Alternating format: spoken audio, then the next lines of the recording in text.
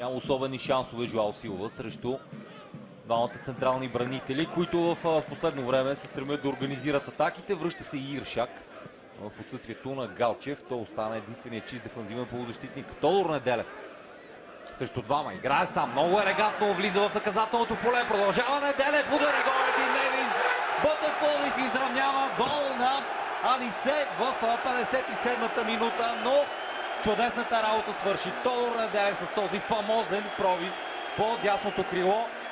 Много елементарно, като на игра преодоля двама-трима футболисти и за Анисе остана просто най-лесното да се подложи кръка и да изравни резултата. Ботев Пловдив Левски 1-1. Много често в желанието ни да изтъкваме позитивните неща в българския футбол използваме силни позитивни епитети. Тук няма да ни стигнат всичките. Гола на Неделев, на Анисе изобщо дори не чукна на топката. Просто няма да ни стигнат думите да опишем това, което направи току-що Тодор Неделев с цялата отбрана на Левски. Прокара топката между краката на Пинко. След това остави на място Старокин. С вътрешен фаул с десния крак прати топката зад Пламен Илиев, който може да бъде винен за този гол, но може да бъде винена и цялата отбрана. А пробива и попадението на Тодор Неделев са неща, които рядко виждаме по българските терени. Фамозно, прекрасно, впечатляващо.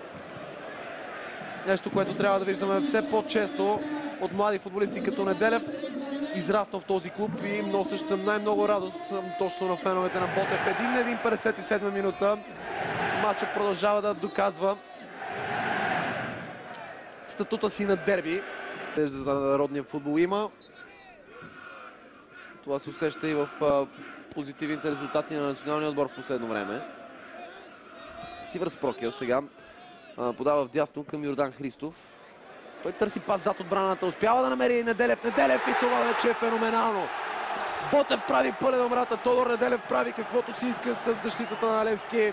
Ето това момче е родено за голям футбол. Това момче разбира играта и не му е нужно нищо друго, освен да играе за любимия си клуб и да радва тези хора по трибуните. Много често Неделев е критикуван, че не играе еднакво добре с десния крак, но тук демонстрира, че за него няма значение с кой крак отиграва. Това беше класно.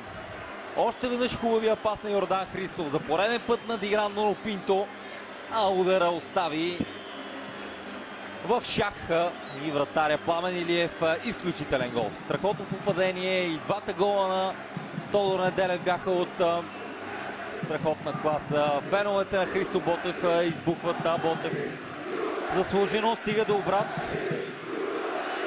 Местното момче, юношите на Ботев Пловдив, за пореден път се превръща в герой. Славиши Оканович си записва нещо, няма как да бъде доволен.